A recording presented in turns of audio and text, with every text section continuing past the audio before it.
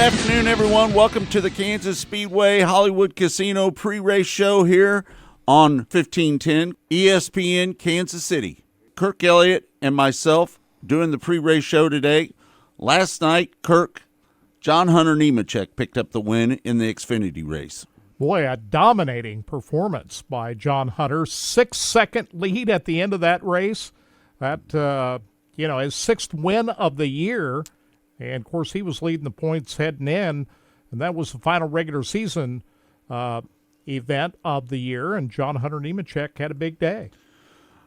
Kirk, at one point it looked like Jason Allgaier was the fastest car on the racetrack, but he got into an accident in segment 3. Yeah, Justin Allgaier, I thought, he set the pace early in the race, but got up into the wall that ruined his day. But, he's been a guy, Justin Allgaier's been a guy that has had situations where he very easily could have pulled out a win, but something happened to him. Yeah, and he ended up running 18th today when I felt like he had the fastest car on the track. I'm not so sure that John Hunter Nemechek wasn't a little bit faster.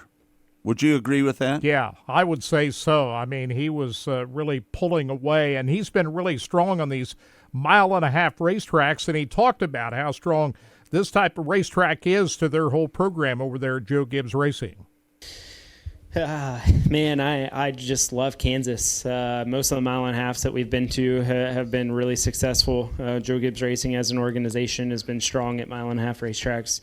We've been strong at short tracks. We've been strong at pretty much every place this year, which has been an amazing attribute to this team. So for myself, the mile-and-a-half program is definitely something special. So being able to race here at Kansas, and then we have Vegas, Homestead, Texas. Are those all the mile-and-a-halves, I think, that we go to for the rest of the year. It just puts a smile on my face. You can never say that you're going to go win every mile-and-a-half race, right? But we know that we have the cars to do so, but the hard work doesn't stop. We have to continue to improve every single day and every single week. His second Xfinity Series win at Kansas Speedway. If you remember, he won his first one in 2018.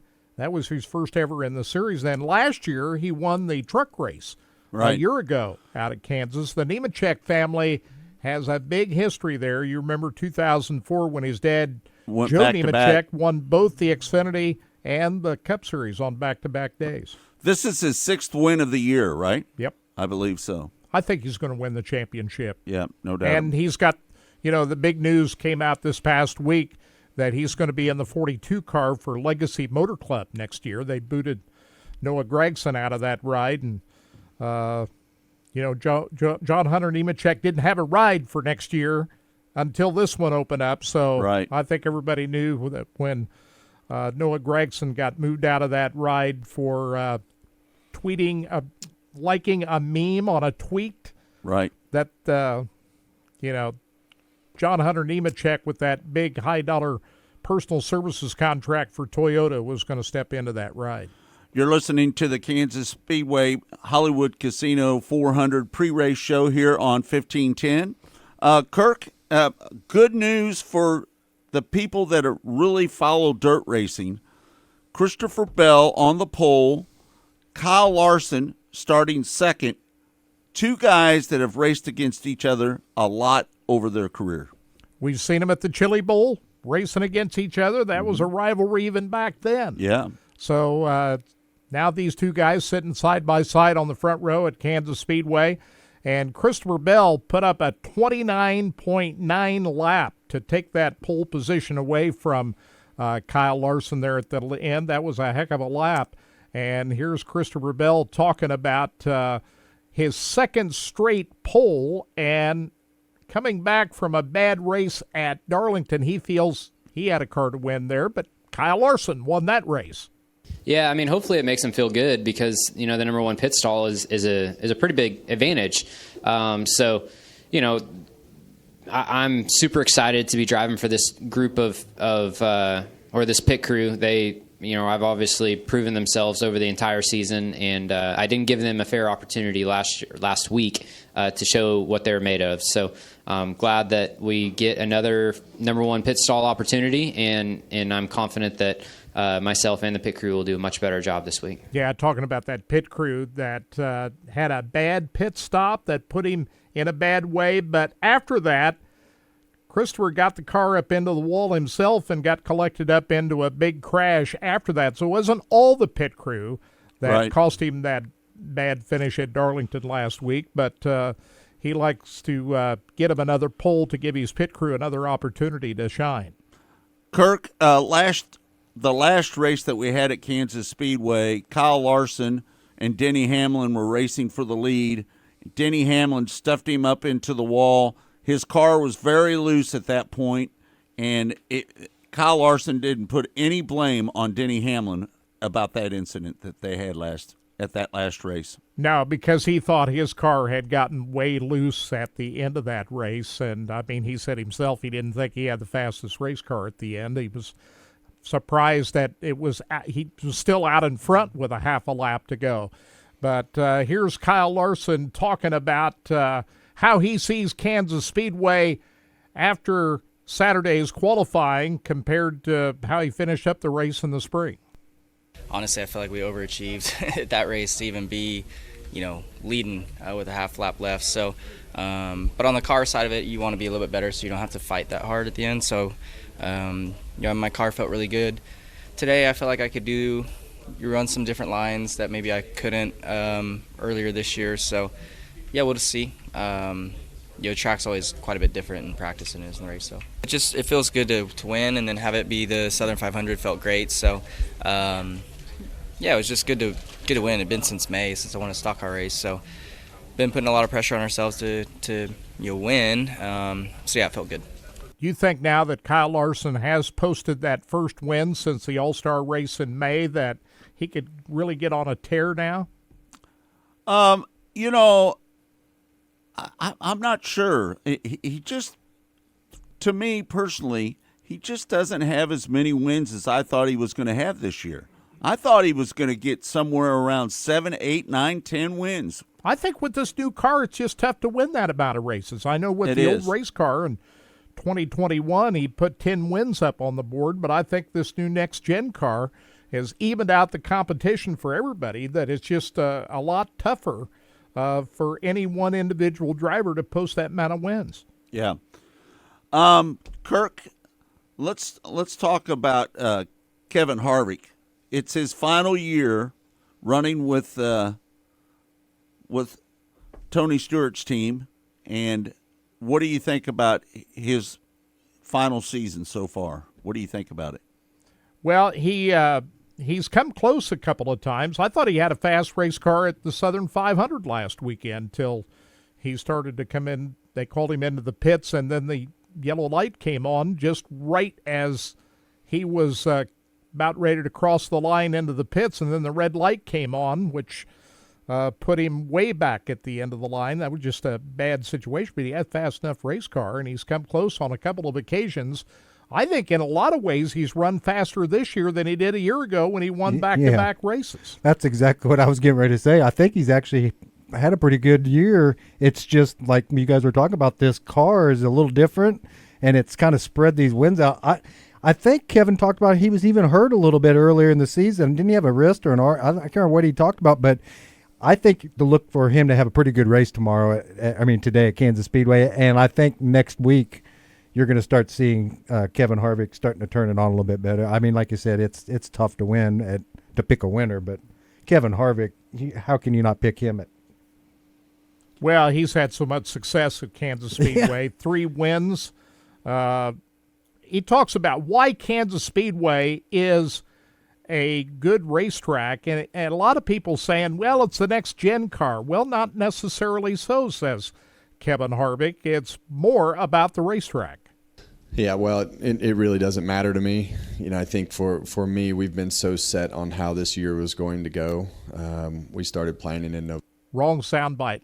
I think this particular racetrack has just been racy in general. I think with the when they redid the racetrack with the progressive banking and the way that the groove is moved around and you can run the middle, top, bottom, it gives you a lot of options from a driver's standpoint. I think that, I think that's just a product of the racetrack. I don't think it has anything to do with one car or the other.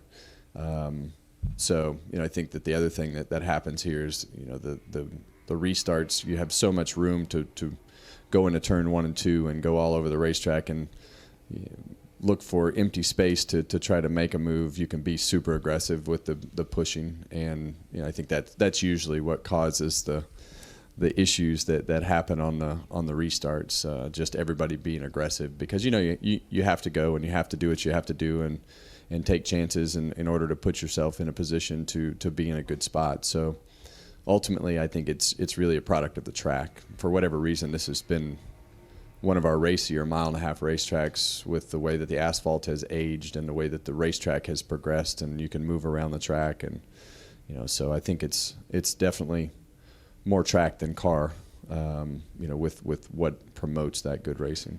We're about 10 years into this, Scott.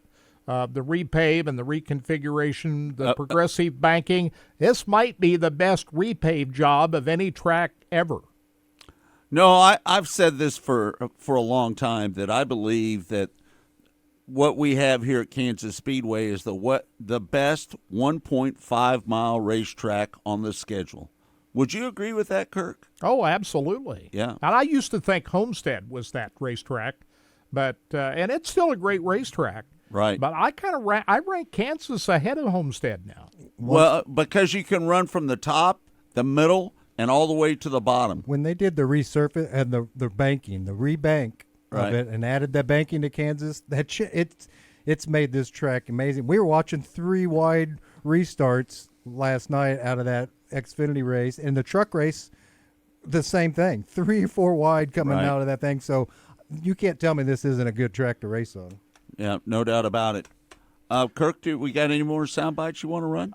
Yeah, one more from Kevin that I started to run here just a little bit ago. He was asked about the emotions of going to these tracks for the last time, including Kansas Speedway, and how that affects how he approaches the weekend.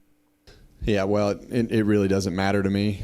I think for me, we've been so set on how this year was going to go.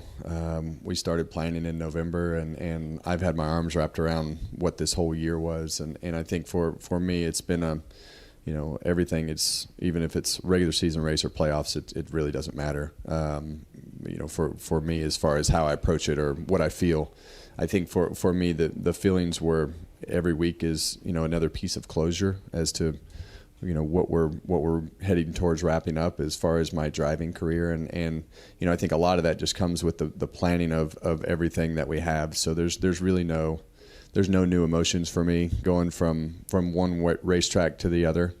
It's been a lot of fun just to be able to hear the fans' stories and the different moments at the racetracks and be able to celebrate all those moments and things that have happened through the years. But for me, I'm very content with the decisions that have been made, and the path that is going forward is so far into play that this whole process seems like old news to me, just because of the fact that it's been happening for so long, throughout the year. Not that I'm not going to enjoy the last 8 weeks as far as those last moments and celebrations and moments of things that happen with fans or people or sponsors or whatever it is. But that's just how I am. We make a plan, we lay things out, and we organize it, and I don't think it's. I don't think we could have done many. Obviously we could always do some things better, but it's been just a well executed plan, and it's been a lot of fun to have the fans and friends and people and sponsors and just all the things that have been a part of everything that we've done week in and week out has been pretty cool to see it all executed. So for me, it's a plan. There are a lot of things that go into it, but it's just not a new emotion for me. Like going to Kansas or going to Bristol next week, there's just not going to be anything new that pops up for me because I'm so far into knowing what to expect. How much do you think he's looking forward to being in the booth for Fox Sports next year. Well, I think he's going to enjoy that, and he's got a tough assignment today. He's starting 20th, so anytime that you have to start that deep in the field, it takes a lot of clean air to run real fast out at Kansas Speedway. You're listening to the Hollywood Casino 400 pre-race show right here on ESPN Kansas City. With the Racing Boys. Rod End Supply is involved with a variety of motorsports as well as industrial applications with many different types of products. Since 1989, Rod End Supply has provided superior products priced competitively. Whether you're racing at the circle track or drag strip, rock climbing, or going off-road, Rod End Supply has an assortment of rod ends, radius rods, and specialty products to keep your equipment moving. Rod End Supply's experienced staff is ready and willing to help you with your needs. Their promise is to continue to provide a superior product with superior service so you can stay in front of the field no matter what it is. To learn more, go to rodendsupply.com. Rod End Supply is involved with a variety of motorsports as well as industrial applications with many different types of products. Since 1989, Rod End Supply has provided superior products priced competitively. Whether you're racing at the circle track or drag strip, rock climbing, or going off-road, Rod End Supply has an assortment of rod ends, radius rods, and specialty products to keep your equipment moving. Rod End Supply's experienced staff is ready and willing to help you with your needs. Their promise is to continue to provide a superior product with superior service so you can stay in front of the field no matter what it is. To learn more, go to rodendsupply.com. Sure, especially sportswear in-house. We do all of the screen printing, all the embroidery. We do some vinyl. The other add specialty items like your pens, magnets, notepads, calendars. You can actually buy that, build your business to make it larger.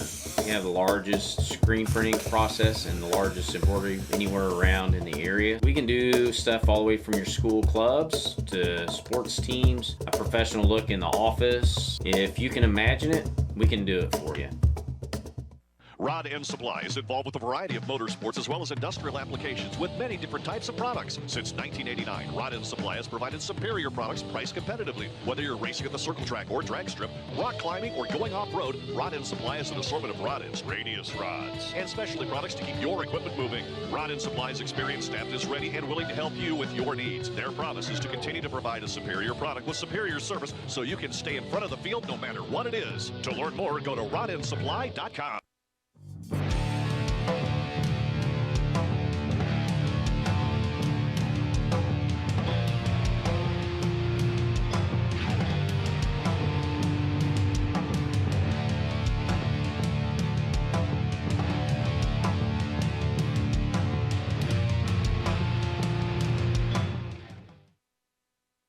Race fans, the National Sprint Car Hall of Fame and Museum is open 7 days a week, year-round, for you to come in and check out all of the wonderful race cars on display in the museum, and our online store at sprintcarstuff.com is open 24 hours a day for you to check out everything that we have in stock for sprint car fans. Whether it's for a birthday, anniversary, or Christmas, sprintcarstuff.com has it all. That's at the National Sprint Car Hall of Fame and Museum in Knoxville. When Steve died, the outpouring of love was amazing. These dollars had come together to support us, and we realized, no, we didn't want to use them for us. We wanted to use them to help others. The foundation has done so much for so many people. It helps any family that has somebody, whether it be a crew member or one of the drivers, that get hurt. We can help them to get through the situation. I was injured in a non-wing sprint car accident that broke my neck and left me with a spinal cord injury. I was in the hospital 8 months, and that got really, really expensive, so having that extra help to help push me and my family forward was a big deal. Yes, Steve's death is the reason the foundation exists, but it's Steve's life, and it's the lives of racers everywhere, is the reason we're able to do the work we do.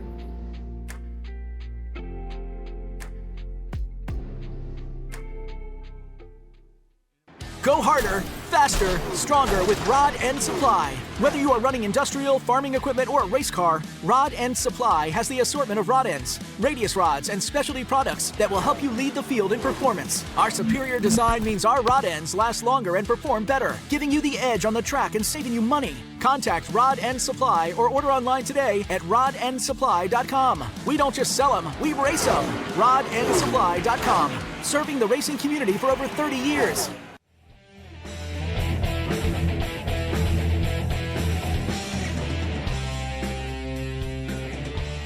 Welcome back to ESPN Radio 1510. I'm Scott Traylor along with Kirk Elliott. Todd Surprise, our engineer, taking care of us today. Kirk, you've got some more sound bites.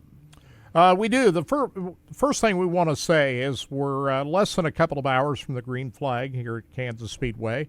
The Hollywood Casino 400 gets the green at just after 2 o'clock this afternoon. You'll hear it live right here on ESPN Kansas City.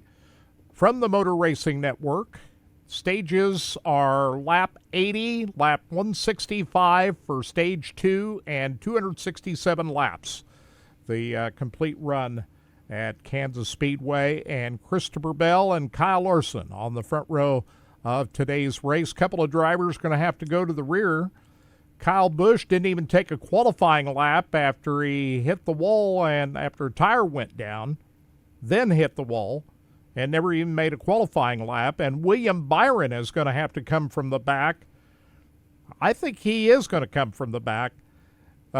His crew made an unapproved adjustment to a suspension part on that race car, and they have forced William Byron to start at the rear of the field. Ty Gibbs also going to have to start at the back of the field because he had an issue during the practice session as well. So it'll be interesting to see how those guys are able to roll from the back of the field. I think they can. You remember Kyle Busch last week had to start at the back at the Southern 500 and worked his way up towards front towards the end. If he can do it at Darlington, he certainly can do it at Kansas. Yep, no doubt about it.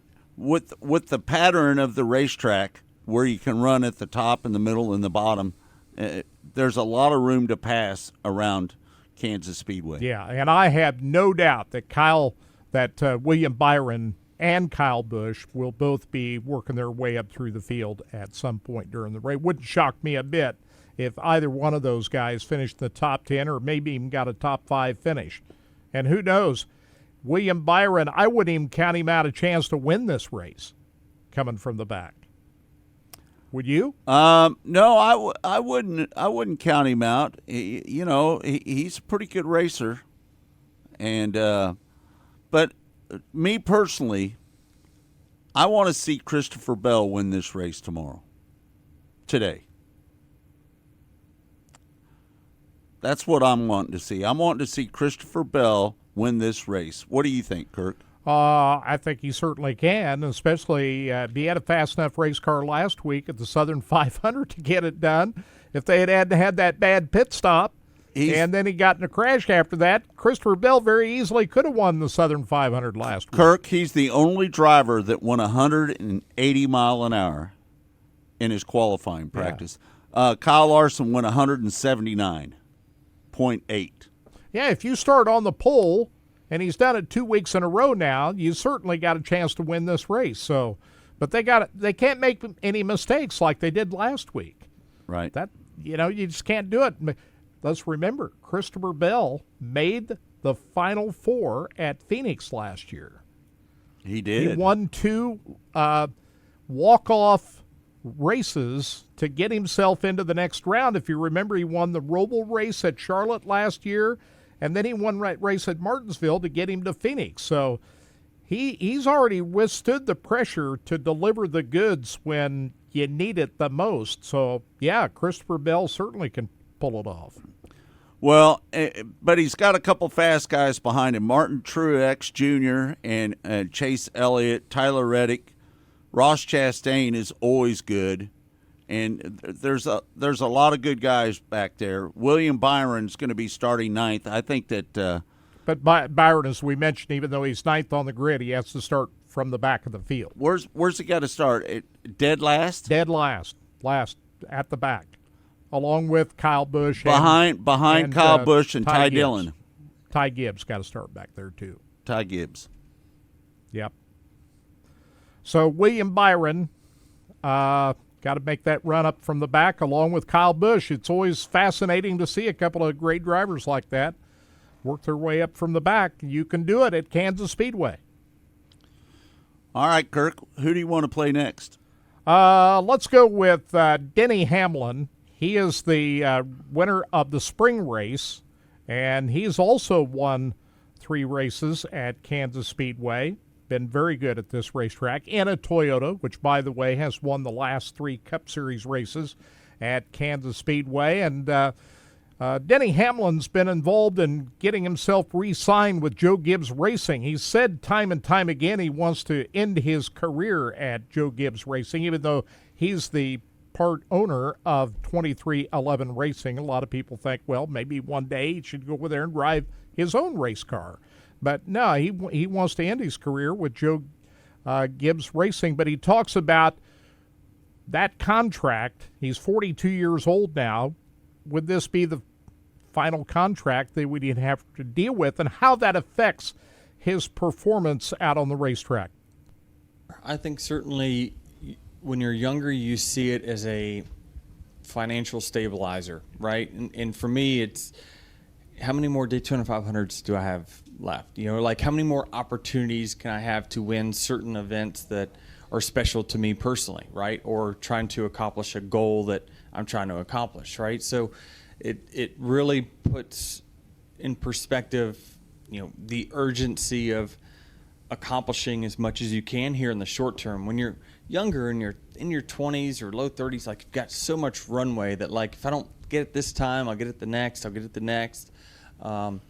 You know, I've been very, very fortunate, you know, in the financial planning that my team's put together that, you know, we never even planned past 40 as far as income was concerned. So this is all just, you know, me telling myself how many more opportunities I'll have, right? And so I want to compete at a high level in my final year. I don't want to just kind of trickle off. I'm just way too competitive to do it. I just can't. There's no way I could stand going to the racetrack not knowing I could win. So certainly I understand that there will be a day when things fall off. You know, things get slower for you. And so you never know when that day can come, but certainly now that I've been doing it so long, it definitely puts us in some urgency in years like this where, man, I've got all the things I need to compete each and every week. This could be one of the best shots that we've had to win it all. You really put an emphasis on it, knowing that, you know, there's only so many total races left. And if you want to get to your personal goals, you got to capitalize on every single weekend. So what are you going to think is going to happen with Hamlin's contract? He hasn't got that buttoned up yet. Well, I think that he'll re-sign because, listen, the relationship between FedEx and Denny Hamlin and Joe Gibbs has been solid for all these years, right? And I believe that there's no doubt that Denny Hamlin's going to be in the middle of this battle at the end of this race because he's going to be starting 14th. And starting 14th, I think that he's got a shot to win this race. You know, that's close enough to the front to where you can work your way up through there. Yeah. Oh, absolutely he's got a shot. Well, I would expect Denny Hamlin to be running up towards the front at the end of this race. No doubt. Unless something happens to him. You're listening to the pre-race show for the Hollywood Casino 400 right here on ESPN Radio. Kirk, you got some more sound there? Let's talk about RFK Racing, Brad Keselowski and Chris Buescher. And if you had gone into the season thinking, okay, which one of these two drivers are going to win the most races first, you'd say probably Brad Keselowski, the former champion. Right. But no, it's Chris Buescher. Yeah. He's got 3 wins, right? 3 victories, all within the last, 7 weeks? Right. He won back-to-back races at Richmond and Michigan, and then a couple of weeks ago he won at Daytona. A couple of these races he was helped by his teammate. Brad Keselowski has yet to win a race as a member of RFK Racing. Are you surprised by that, Kirk, that Chris Buescher's winning and Brad Keselowski is not winning? He's a past champion? Yeah, I just thought if the winning would happen first with Brad Keselowski, not Chris Buescher. But, hey, we found out just how great of a driver Chris Buescher is. And it's not as though Keselowski has run poorly while Buescher has won all these races. A lot of them, if you remember the night race at Bristol last year, Keselowski probably should have won that race. Right. But Buescher came out on top. But here's Brad Keselowski talking about why they hired Chris Buescher. The great thing about Chris Buescher is he's not a project. He's a mature, a race car driver that can go out and win races, and he doesn't really need a lot from me. And there's some things that I'll certainly try to help him with, but it feels like a nice to have, not a need to have for him. So it's one of the things I like so much about having him as a teammate is he's so little drama for us as a company that's allowed us to focus on the things that we need to focus on, and I'm proud of him for that. Yeah, it sounds like Buescher's got the right personality, doesn't he? Brad Keselowski qualified 12th. Chris Buescher qualified 13th. They're right together. Right next to each other. Yeah, the performance level of both those cars have been pretty even, really. But, like Daytona, Buescher just happened to be in front of Keselowski. Right. So when that happens, you're going to get the help from your teammate. If it had been the roles had been reversed. Do you think Brad Keselowski could win a race before the end of the year? Oh, yeah. Yeah. Yeah, absolutely. Yeah, no doubt. Here's Chris Buescher talking about how he has been able to manage through everything as a member of RFK Racing. It hasn't been from lack of performance, right? I mean, they've been right there. We've had to fight each other for wins, which is great as an organization. But I know he's hungry. Trust me, I know. And if the roles were reversed at Daytona, would have done the same thing for him, and obviously would have certainly put him in a better spot, being able to be ahead on that restart to be able to get another win. But I told him I'm ready for Talladega. We can reverse roles, and I'll push you just as hard all the way to that checkered flag. So.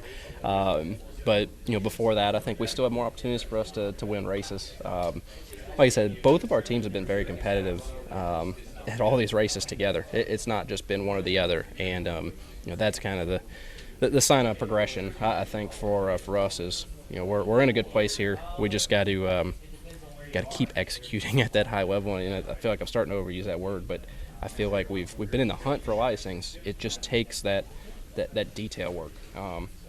Brad's preached since coming in, so proud of that effort, proud of the results from it, and I think we got more wins left in us, whether it be the 6 or the 17 for the rest of the year.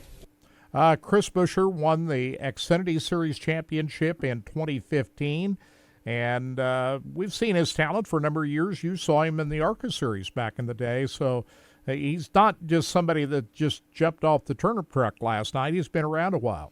He's been around a long while, and he's been an exceptional driver. He just hasn't really had the right opportunities, and he's in the right opportunity right now, don't you believe? Oh, there's no question about it. It's a perfect fit. And Brad Keselowski, as a team owner, he got a little taste of team ownership when he owned some race cars before he went over to RFK Racing. But this is really what Brad wanted. He had a pretty comfortable place over there at Penske Racing, won a lot of races, won championships over there, but he wanted to be in the team ownership side, and that fits Brad Keselowski pretty well. He's gone over there, changed the culture over at Jack Roush Racing, which had gotten kind of stale, let's be honest, and it hadn't taken as long as a lot of people thought for them to turn things around. Jack's not a young man anymore. No. Yeah. And I believe the future is behind Brad Keselowski. There's no question about that. Yeah. And I think Ford has not been at the level that they would like to be for all their race teams. We've seen how much Stewart-Haas Racing has had some issues. Penske not really running as well as they had hoped. I think a lot of that has to do with the manufacturer Ford not being up to snuff in comparison with what the Toyotas and the Chevrolets have been doing. But you take RFK Racing and compare that with the other teams, Stewart-Haas and Penske out there, RFK's doing pretty well. Yeah, you're listening to the Kansas Speedway Hollywood Casino 400 pre-race show right here on ESPN Radio. Kirk, you've got some sound from Joey Logano as well, don't you?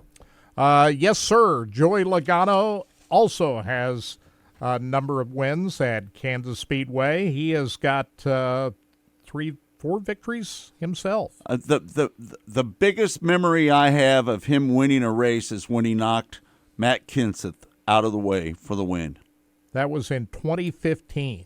the fall race of 2015. Right. He won back-to-back fall races, and he won a couple of years ago out there too. So, Yep, no doubt.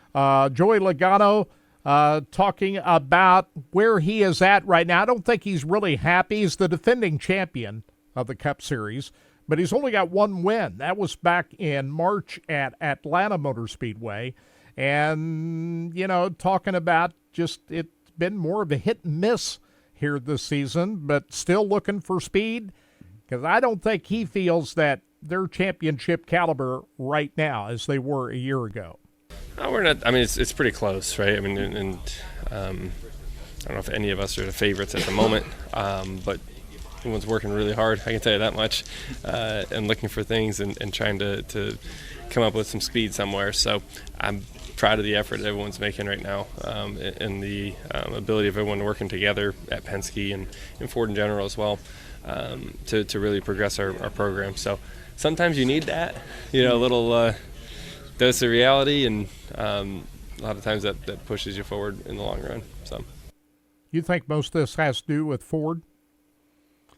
No, I don't think so. I mean, if you look at Chris Buescher, he's driving a Ford, and they're running pretty good.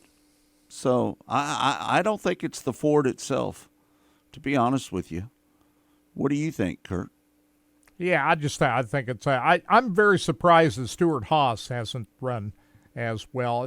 Kevin Harvick, he's been up there, but we just haven't seen the performance level out of the other guys over there at Stuart Haas Racing. Ryan Preece, who took that wild ride at Daytona here a couple of weeks ago. I just think it's been hit and miss. They had the consistency at all the racetracks that I think that they'd hope to have with all the Ford teams. Right. We're going to take a break right here on ESPN Radio 1510. We'll be back with more in a moment. Stay tuned. Rod End Supply is involved with a variety of motorsports as well as industrial applications with many different types of products. Since 1989, Rod End Supply has provided superior products priced competitively. Whether you're racing at the circle track or drag strip, rock climbing, or going off-road, Rod End Supply has an assortment of rod ends, radius rods, and specialty products to keep your equipment moving. Rod End Supply's experienced staff is ready and willing to help you with your needs. Their promise is to continue to provide a superior product with superior service so you can stay in front of the field no matter what it is. To learn more, go to rodendsupply.com. Rod End Supply is involved with a variety of motorsports as well as industrial applications with many different types of products. Since 1989, Rod End Supply has provided superior products priced competitively. Whether you're racing at the circle track or drag strip, rock climbing, or going off-road, Rod End Supply has an assortment of rod ends, radius rods, and specialty products to keep your equipment moving. Rod End Supply's experienced staff is ready and willing to help you with your needs. Their promise is to continue to provide a superior product with superior service so you can stay in front of the field no matter what it is. To learn more, go to rodendsupply.com. Here at Specialty Sportswear in-house, we do all of the screen printing, all the embroidery. We do some vinyl. The other add specialty items like your pins, magnets, notepads, calendars. You can actually buy that, build your business to make it larger. We have the largest screen printing process and the largest embroidery anywhere around in the area. We can do stuff all the way from your school clubs to sports teams, a professional look in the office. If you can imagine it, we can do it for you.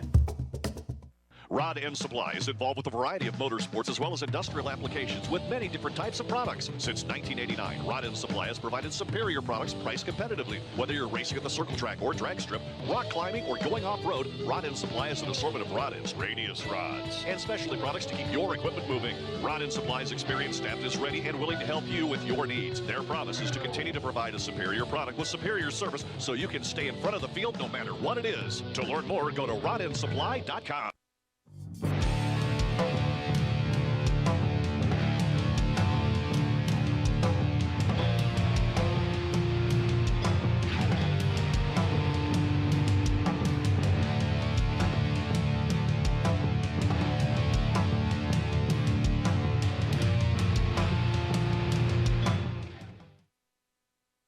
Race fans, the National Sprint Car Hall of Fame and Museum is open 7 days a week, year-round, for you to come in and check out all of the wonderful race cars on display in the museum, and our online store at sprintcarstuff.com is open 24 hours a day for you to check out everything that we have in stock for sprint car fans. Whether it's for a birthday, anniversary, or Christmas, sprintcarstuff.com has it all. That's at the National Sprint Car Hall of Fame and Museum in Knoxville.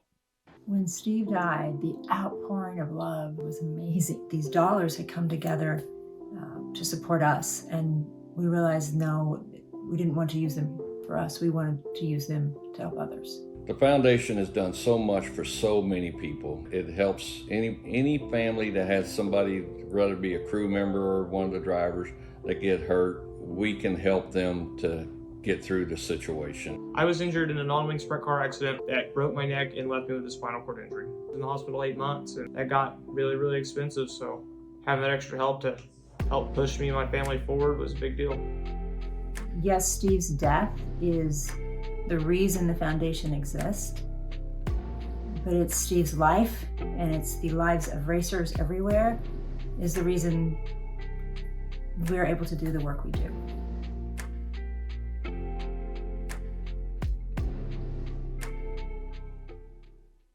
Go harder, faster, stronger with Rod End Supply. Whether you are running industrial, farming equipment, or a race car, Rod End Supply has the assortment of rod ends, radius rods, and specialty products that will help you lead the field in performance. Our superior design means our rod ends last longer and perform better, giving you the edge on the track and saving you money. Contact Rod End Supply or order online today at rodendsupply.com. We don't just sell them, we race them. rodendsupply.com. Serving the racing community for over 30 years.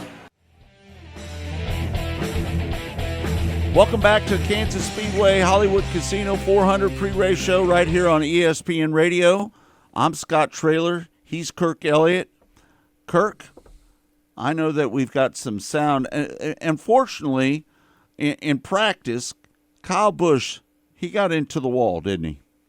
Yeah, he did. And we didn't talk to Kyle Busch after that happened. We talked to him before that happened.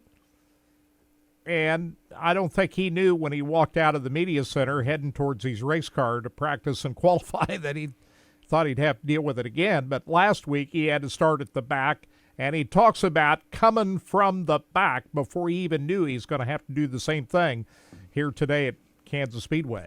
I mean, I feel like if we can do what we're capable of every week, we would be fine. We wouldn't even be worried. But, last week we drove from the back all the way to the front and got up into the top 6, felt like we were ready to challenge for the top 5 finish that we were going to have. And then pit strategy played a role. We went back in traffic again, and we came up forward and got to 11th, and the 2 that we restarted next to, the 19 and the 4, only finished 19th and 20th or something, So we made good ground, which was good, but, it's can't have those issues every week and think that you're going to come out of it. So you got to be able to keep that track position when you get it. And he's going to have to do it again. He said you can't expect to pull that off every week, but I would think Kansas Speedway would be an easier track to get up from the back than Darlington. If you were going to bet against Kyle Busch driving the 8 car, would you bet that he could work his way to the front? No doubt. No doubt about it. If there's any driver on that racetrack other than Kyle Larson, I would say that Kyle Busch, listen, is Kyle Busch still the most talented driver in the Cup Series, or do you think Kyle Larson is? Those two guys are raw talent. Right. I think as good as anybody we've seen. Yeah, no doubt. Kyle Busch has had more years to prove it. But, yeah, Kyle Larson, as far as raw ability, yeah, he's right there. There's no doubt about it, Kirk. And you've got some William Byron, an interview that you did with him as well. Yeah, right? Here's a guy that is the leader this year in terms of number of victories. He's got 5 wins this year. And he had, if you remember in the spring, he had a problem early in that race where he spun out and had to come from the back. He still ended up in the top 5 in the spring race. Well, he's going to have to come from even farther back after that issue with that suspension part that is going to force his team to the back. Here is William Byron talking about that and what lies ahead here for the Hollywood Casino 400. We had a good race here in the spring, passed a bunch of cars, qualified on the pole, but got loose, I think, at lap 3, and just had to work our way forward after that. So tough race both times around. We've had to come from the further back. So we'll see how tomorrow goes with all that. But I feel like we've faced a lot of adversity this year, and we'll keep doing it. I think I know where to make passes, and this place is really easy to pass. So it's for the most part, when you get to the top 6 or 7, it becomes pretty top dominant. But other than that, you can pretty much work the bottom, work the middle, and pass people. So I'm not too worried about it. I mean, we just probably not going to get stage 1 points. Like I said, we're still trying to figure out what the situation is. But yeah, if we have to start at the back, then we'll try to make it forward. Yeah, I mean, I think William Byron said it best. The only problem is, and Kyle Busch put it this way, you don't want to have to depend on that all the time. You don't never what's going to happen when you're trying to roll up from the back of the field, get caught up in somebody else's mess. There's a lot of things go wrong when you don't have the track position that Christopher Bell and Kyle Larson has for the race today. Yep. You're listening to the Kansas Speedway Hollywood Casino 400 pre-race show right here on ESPN Radio. Kirk, what do you think is going to happen in this race today? What do you think is going to happen? Well, every time I say what I think is going to happen on these pre-race shows, I'm always wrong. I'll just put that out there. So my predictions are worth nothing at this point. But well, come on, tell me what you think is going to happen. I think that the Toyotas somehow are going to find their way to the front. But I think this time Kyle Larson will pull off the victory. He thought his car is better now than it was in the spring. And I think he's going to have a better race car. And I think this time Kyle Larson goes back-to-back and wins 2 in a row, and he's going to be the guy that everybody's talking about to win the championship. That's what I think. Well, I'm going to predict that Christopher Bell is going to win the race. Well, you will probably be right, and I'll be wrong. How about that? Well, there's nobody running the top better than Kyle Larson does. I mean, he can get as close to that wall as anybody, right? You just can't hit it. You just don't can't hit the wall. Don't hit the wall, right? So, who do you think is the top 3 finishers in this race? You're saying Kyle Larson's going to win. Who do you think is going to be second and third? I think Denny Hamlin is going to find his way up in the top 3. And somehow I believe that, nobody's talking about Martin Truex Jr. today. He's got 3 wins this year. Kansas Speedway's always been a great racetrack for Martin Truex Jr., and I think he's going to have a chance to win this race. I'll put him in the top 3. I'm kind of with you. I think that Martin Truex Jr. is going to be a player in this race as well. How about you, Todd? I agree with you as far as Christopher Bell. He's my pick. That's who I want to see win. That's who I'm pulling for. Yeah. Larson as well. I want to see some dirt car guys win, finish in the top 5. But my sleeper this week, besides the Christopher Bell and Kyle Larson, I'm going to go with Chase Elliott picking up a win after he was eliminated from the playoffs. Pressure's off. He qualified, 4th, Kirk? Is that where he qualified at today? Yeah, he's got a great starting spot. He's got a very good starting spot. I think with the pressure off of him, Chase Elliott comes and gets his win. He is the league's most popular driver, right? Right. Everybody's going to be cheering for him, and that's going to be a big win for him to Nobody today. is talking. It's funny. He's the most popular driver in NASCAR. Absolutely. If you don't make the top 16, everybody they're not even talking about you. What about Bubba Wallace? Do you think he's got a chance to win this race? Because he's been fast this year. He's won here before in this same car. Right. And this, I don't know. You can't. They had an issue on Thursday. They run the cars through tech inspection. They failed it twice, and their car chief has been suspended, escorted off the property for the rest of the weekend. How about that? I don't know what kind of an effect that'll have on the rest of the team, but they couldn't get through inspection when they first unloaded the car. Yeah, no doubt. There's a driver that a lot of people like to root for, Ryan Blaney. He's one of those guys, and he's going to be starting 17th today.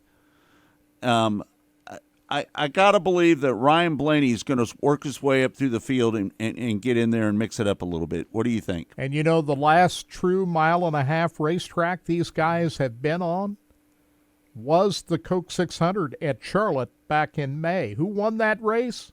Ryan Blaney. And he had his first pole at Kansas Speedway. But Charlotte is banked a lot more than Kansas Speedway. I've been around that racetrack a time or two.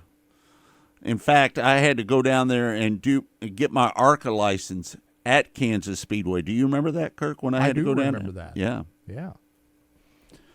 We went through. You never took laps on the new Andy configuration. Hillenberg's school. Remember? Yep. Yep. You never took laps on the new configuration, did you? Nope, I've never taken a lap was around on the new old one. Yeah. Me and Kirk have taken half laps on the new configuration. I don't know if I could get up by that wall like they do. No, it's a different game, man. And you pack the air up against the quarter panel of the when you're running on the wall like that. It packs a bunch of air up there. People don't realize how much banking's on that. Remember when they redid the banking and we were out there. We did a stand-up out there. We did an intro.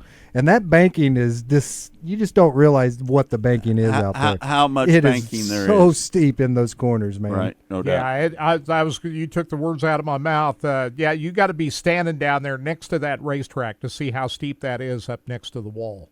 Yeah. So that just goes to show you just how talented a guy like Kyle Larson is to be able to run up against that wall the way he does. And the thing that Kyle Larson does, he doesn't cheat it in. He doesn't get in there and slide it up to the wall. He gets right in there and stays on the wall all the way through the corner.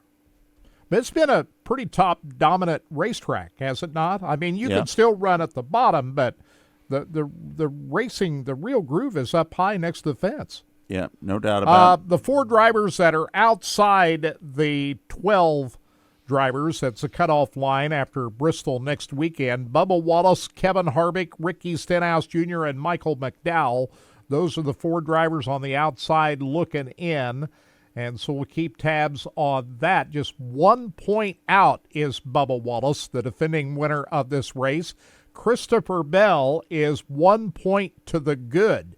So he certainly needs, if not a win, a great finish coming out of here. But we've seen him do it before, pull off a win to advance to the next round. He did it twice in the last race of the cutoff of the round of 8 and the round of 4. So Bell certainly, we know, has proven to withstand the pressure to be able to pull something like that off.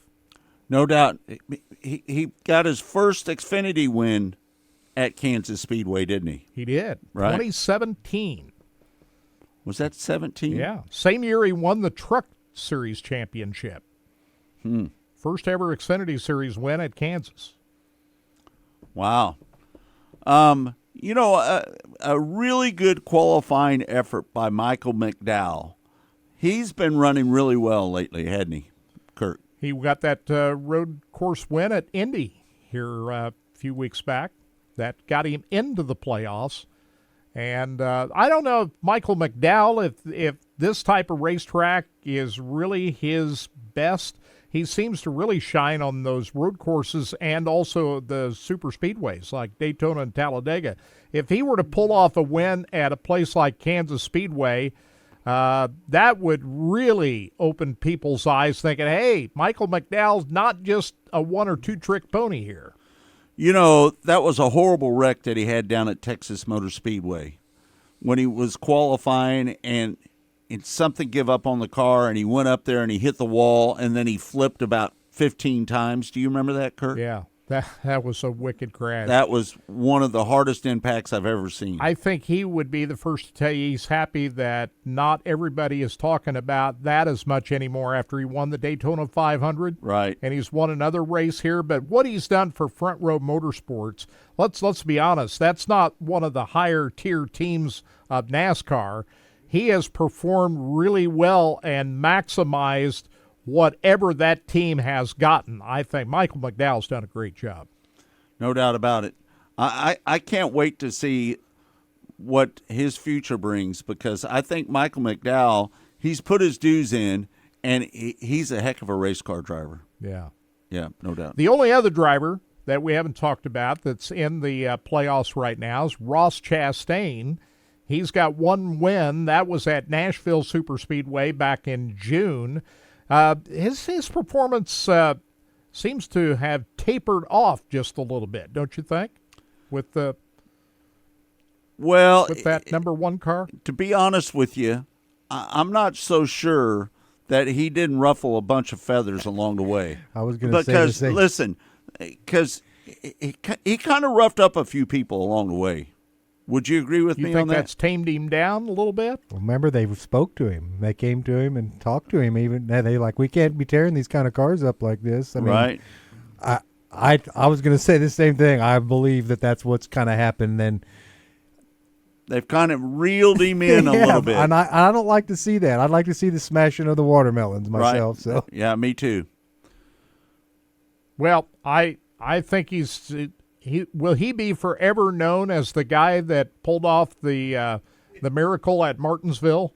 Yeah, they changed the rules, right? Rolled the wall and got himself into the. Let's remember, Ross Chastain was in the Final Four last year. Yeah, yeah, I mean, no they doubt. changed the rules because of what he did. You're not allowed to do what they call the Xbox move and just put the car in the wall and go as fast as you can. They're not going to allow that to happen anymore. They changed that rule. So you can't do that no more. You can't stuff it up against the wall and floor it. And haul all out. That's all he did. I mean, give him credit. And he made worked. it in. Yeah, It worked. it did work. He got by Denny Hamlin in that final move doing that. You remember that, Kurt? Yeah. Mm-hmm. Denny Hamlin's not one of his biggest fans. We'll say that. No doubt. Denny Hamlin and him have gotten into it a couple times. Oh, yeah. More than a couple times. Yeah. So, hey, I just want to remind everybody that the green flag is just after 2 o'clock this afternoon. You can listen to it live here on ESPN Kansas City. But come on out. You still got time to come on out to the racetrack. It is, the weather is great. The traffic flow in and out of this place is as good as any NASCAR track there is anywhere. Right. So if you make a last-minute decision, come on out, join us. Parking is free, and they've got seats available. Yep, no doubt about it. We need a good walk-up crowd today at Kansas Speedway, don't we, Kurt? And, what better time to do it? The Chiefs are not playing today. They're come on out. Yep, no doubt about it. You've been listening to the Kansas Speedway Hollywood Casino 400 pre-race show right here on ESPN Radio 1510. And, Kirk, your pick is Kyle Larson. Who are you picking again, Todd? I had Bell, just like you did. Yeah. But my sleeper was the most popular driver. So we got Chase Elliott is my sleeper pick. So. Yeah. But yeah, it's Bell. That's who I want, and that's who I'm picking. Yep, no doubt about it. All right, thanks everybody for tuning in to the pre-race show here at Kansas Speedway, the Hollywood Casino 400 pre-race show. For Kirk Elliott, for Todd Surprise, I'm Scott Traylor saying thanks for joining us. We'll see you Saturday morning on Track Talk on WHB.